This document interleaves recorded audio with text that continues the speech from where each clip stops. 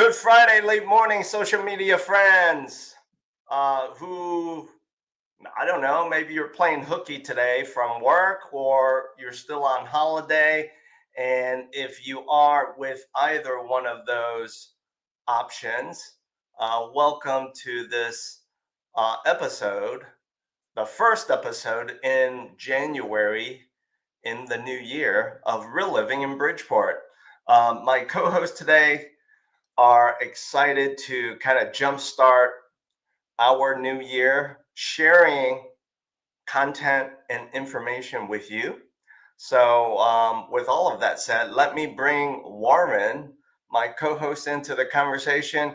And because it's been about 4 weeks since we saw each other with you, let me make sure that Warren is ready to roll. Let's give him a corporate conference room uh, applause to jazz him up, get him all ready. So here we go, people. There you have it, Warren. Your conference room corporate buddies are cheering you on, saying, Warren, Warren, Warren. All right, let's bring you into the conversation. Happy New Year's, Bill. How do you like that corporate conference room fan base of yours? Thank you for the warm welcome for the New Year's. Yes, it is. It is a new year for all of us, audience members. It is absolutely. Guess what? It's the third day in the new year, and I don't know about you, Warren. It feels like a Monday to me. It definitely does. I agree. Doesn't it? You know, when the holidays kind of hit on, I don't know, middle of the week, it kind of screws your schedule up a little bit. So for yesterday, you know, I thought it felt like a Sunday. So today it felt like a Monday to me. Yeah, I completely agree, especially when my kids are on vacation. Every day it feels like a weekday. Yes, they are on holiday break. When do they have to go back? They're going back on Monday. On Monday. See, there you go. So you've got at least the weekend to get your act together, recover before you realize, like, okay, I got my own time back to myself. Yes. Good to know. Good to know. So, Warren, why don't you lead us off with you and your real estate business dropping some information for us about what's happening, the local market here in the Bridgeport community of Chicago. So in Bridgeport, Chicago, currently inventory has been low, and then also homes that are on the market, they're longer. Like the time for them to sell is a lot longer than it was previously. Oh, interesting. Okay. So I mean, even with a low supply, decent, like a good demand, but it's just that people are still waiting. Hopefully the rates will go down a little bit, and then holidays are about to be over, so hopefully that will bring the early spring market will kick in. I hear you. Now, in your opinion, given the inventory challenge, right, sounds like it hasn't changed that much. In your opinion, you mentioned that properties for sale listings are sitting on the market a little bit longer. In your opinion, are they getting looks? Are they getting showings? I'm curious to get your feedback to that question. They are getting showings, but not as much as it usually is. Okay. All right. So what that tells me maybe is that buyers are sitting on the fence. They're patiently waiting, just like you said. They're patiently waiting for something to kind of tilt them, push them over the fence to either, guess what? To either buy it now or buy it later, right? Yes. Yes, I'm right there with you. Now, let's talk about what I call the head fakes. The head fakes within the past 2 months with, yes, there have been some interest rate drops, but guess what, Warren? You know this as well.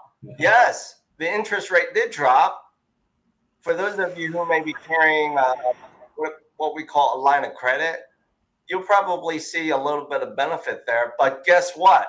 The head fake, using basketball terminology, rates actually went in the reverse direction. Right. Right? It's ugly. Right. It kind of got ugly still. All right. So thank you for dropping your mojo about what's happening as far as the real estate market locally here in the Bridgeport community. What I now want to do, Warren, is I want to engage you in a little bit of like rapid fire, whatever comes to the top of your head. You can feel free to spit it out. And what I want to share today with all of you audience members, along with Warren, are the 5 Ds of life events that impact real estate. So let me bring up the first one. Okay, here we go. Let's bring up the first one. The first D is people getting married. The next one is, guess what? Diapers. Warren, I don't think you have to deal with that right now, right? No, luckily. All right. The next D is, hey, for those of you with social media friends who have earned that extra degree or a different degree, and you're benefiting from more income, right? A better career choice, better job. And then the next D is, well, it happens, right? Households separating, spouses getting divorced. So, Warren, here is what I want to ask you. Rapid fire, whatever comes to your mind, feel free to share. In your business of selling and buying real estate, which one of those life events, which one of those Ds have you been a part of as a broker? I've been with marriage. Okay. Diamond. Yeah. Having a diaper, so baby, like when they need to, and also diploma. Yes.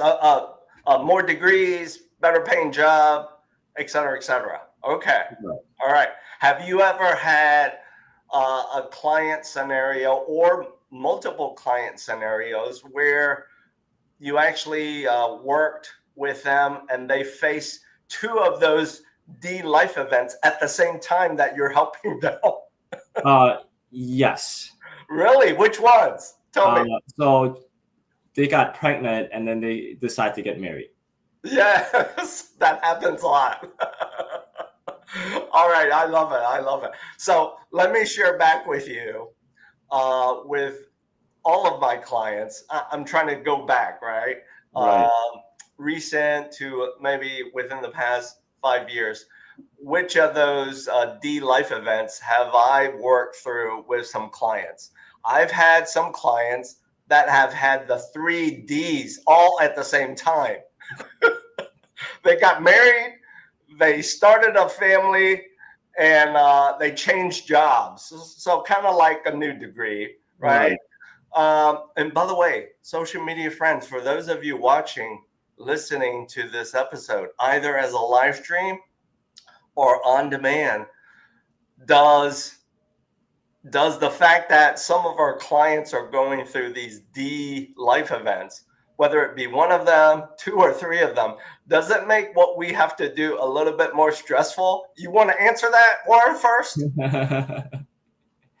I mean, it's pretty stressful. It is stressful. It's really stressful. It is stressful. I think, you know what it is? I think it's stressful for, first and foremost, emotionally stressful for our clients, but because given what we do as service providers, helping people move to their next chapter with around real estate, that those emotions and that stress spills over to us as well. Don't you agree?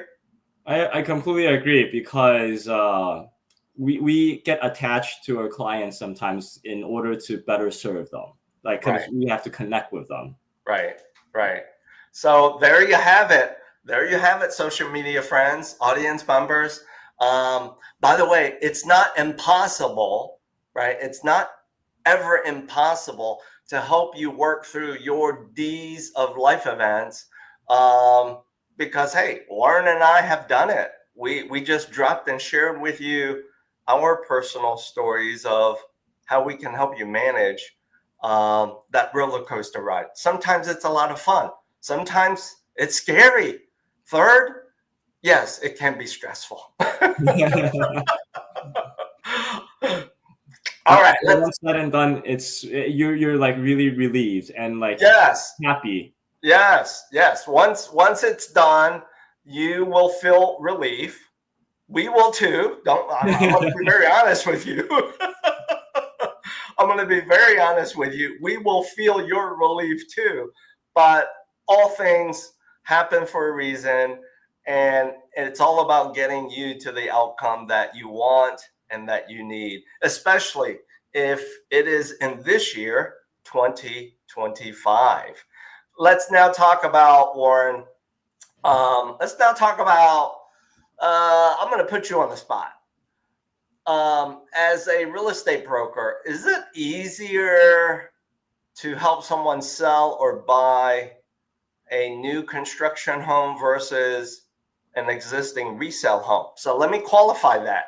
New construction home means no one has lived in that property. You get the new paint smell. I mean, everything is spanking clean. So I want to make sure we both are on the same page with that. Which one is easier, in your opinion, as a real estate broker, Warren?